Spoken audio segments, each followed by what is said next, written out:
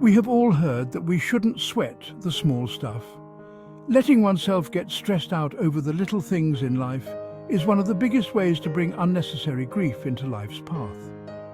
We can avoid a lot of negative feelings and even health problems simply by learning not to let the little things get to us. When something small happens that makes you want to rage, compare the moment's significance to everything else going on in your own life and in the world around you. You may have spilled your cake batter on the floor an hour before your guests are due to arrive. Are your friends still going to love you and enjoy the evening even if you don't have a freshly baked cake for them? If so, maybe you should put your energy somewhere other than berating yourself for this small mistake. When something small threatens to destroy your attitude and positive outlook, think about the fact that everyone makes mistakes.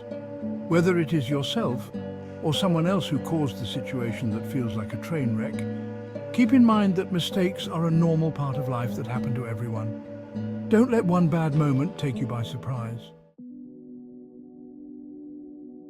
Forgive others.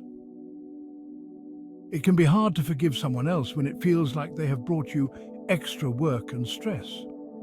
When someone rear-ends your vehicle, you may be tempted to lash out at them verbally. However, stop and think about how it may feel to be in their situation.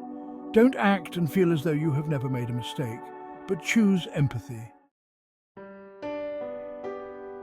Forgive yourself. Forgiving others can be a simple matter in comparison to forgiving ourselves. There are many moments that we treat ourselves worse than we would ever allow a friend to treat us. When you are having a difficult time forgiving yourself, think of how you would handle a similar mistake made by a good friend. Stop and think before bullying yourself, and consider seeking professional help if you can't stop a cascade of negative thoughts every time you fall short of perfection. Ask yourself if it will matter in 10 years. We all have problems, and generally at the time, any problem seems big.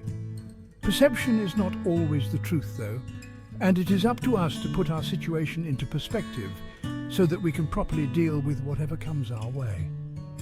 When something negative happens in your life, ask yourself if it will matter in 10 years. If it won't, let it go. If someone gives you the middle finger in traffic, you may be tempted to lose your cool, but it is simply not worth it. Save your emotions for things that are life-changing and deserve your full attention. When something goes wrong, you have two choices. You can slip into a rage or let it go. Making the choice not to sweat the small stuff will bring your life-changing happiness, and you will be thankful for your own shift in perspective. How happy are you? Questions to ask yourself. A desire to be happy is something that almost everyone has in common. But it is not always easy to create happiness, nor to decide whether you are happy once you feel you should be in this particular state of mind. Every life will have ups and downs, and so it is helpful if we have a gauge by which to judge whether we have achieved happiness or not. Do I wake up excited about the day? This is a telltale sign about your inner happiness. Do you wake up each morning ready to face the day, or do you feel anxious and fearful? It is difficult to be happy if you are starting off each morning in a negative way. Do I look forward to my main occupation? Whether you are working, attending school, or doing something else, you should feel a sense of anticipation when you think about being there.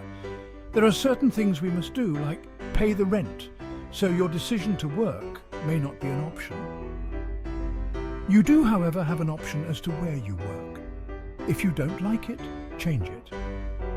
Do I enjoy the people I spend most of my time with? The people you spend the majority of your time with are the people who will have the greatest influence on you.